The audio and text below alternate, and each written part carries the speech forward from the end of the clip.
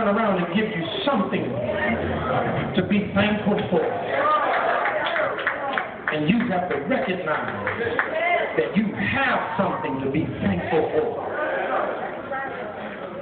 You might not be able to thank him for your substance. You might not be able to thank him for what you drive or what you wear. But guess what? All of us in here have been in some trouble.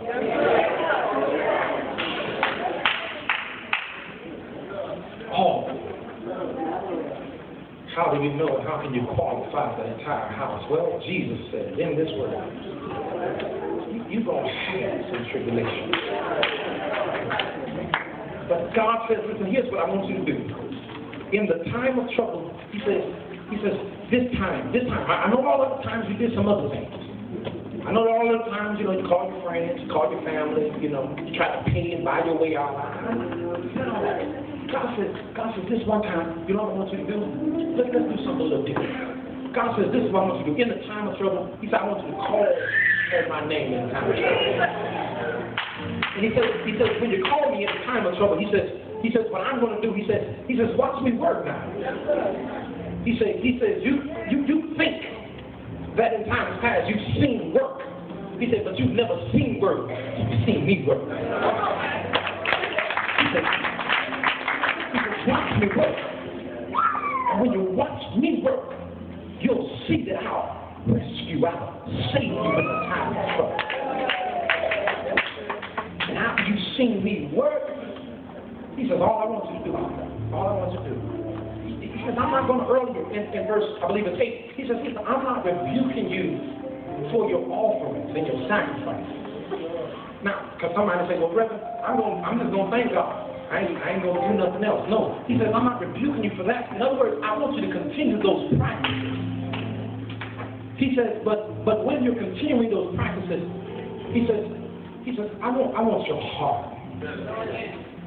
When you come in my house, whether it's during the time of offering, whether it's when the choir's singing, whether you're serving, he says, I want your heart. I want your heart. I want your heart. I want you to come in my house. And you're coming only because you've been taught to come. I don't want you to come in my house because you're trying to please somebody else. God says, all I want is your heart. Can you give me your heart? Can you give me your heart? You got to do all of that other stuff. Give me the tithe, the offering, wave your hands, clap, shout if you want to run, if you want to. He says, but listen, in the midst of all of that, I do want your heart. I want you to truly be thankful. I'm not telling you to stop the practices, but don't have this formality, this formalized worship. That's just ceremonial. I'm not messing it with anybody, but I am trying to get you to a higher level in the Lord. Because sometimes, some of us, the only time we will show up is it's first Sunday. And you in perfectly good health.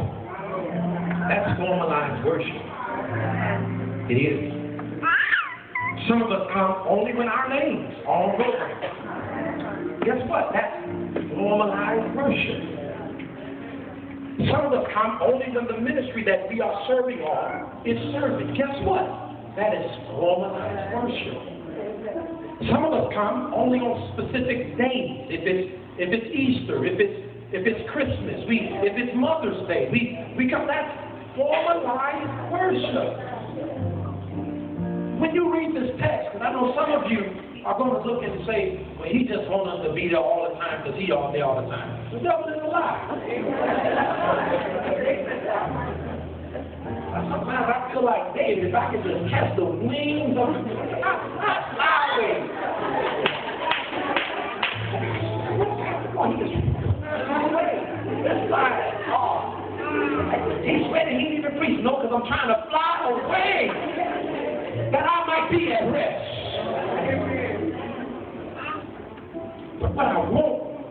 just for you, but even for me. Because guess what? You heard me talking about conventions and associations and all that stuff. Guess what? Johnny Barber has a higher authority that he has to, not just God, but he has to submit himself upon. And so guess what? The convention's next week. I can't just show up at the convention only on the day that I'm supposed to preach.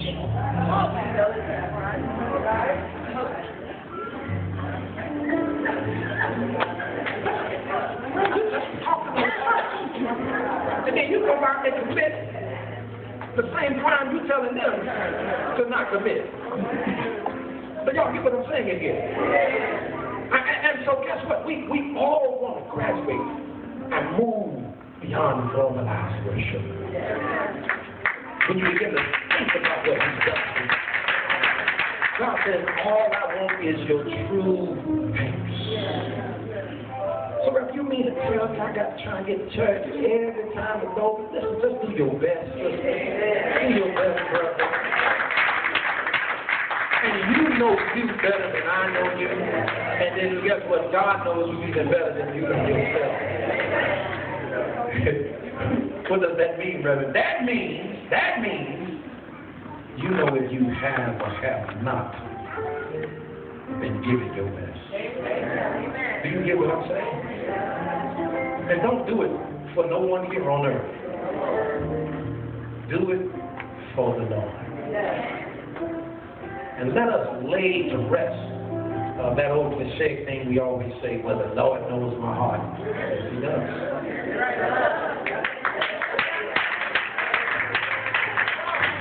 That be out here, you think it sounds so good?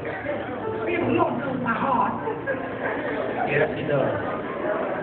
Yes, he does. I don't know it, but he knows it.